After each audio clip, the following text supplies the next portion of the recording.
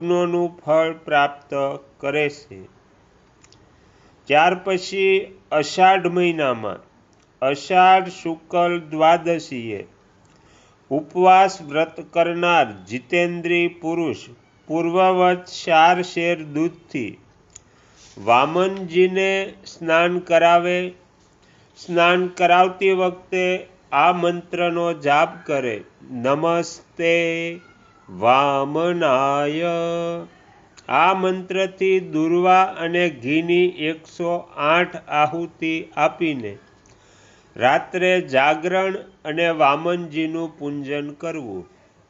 દક્ષિણા સહિત દહીં, અન્ન અને નાળિયેરનું ફળ વામનજીની પૂજા કરાવનાર બ્રાહ્મણને ભક્તિપૂર્વક અર્પણ કરવું। અર્પણ કરતી વખતે ભગવાનને પ્રાર્થના કરવી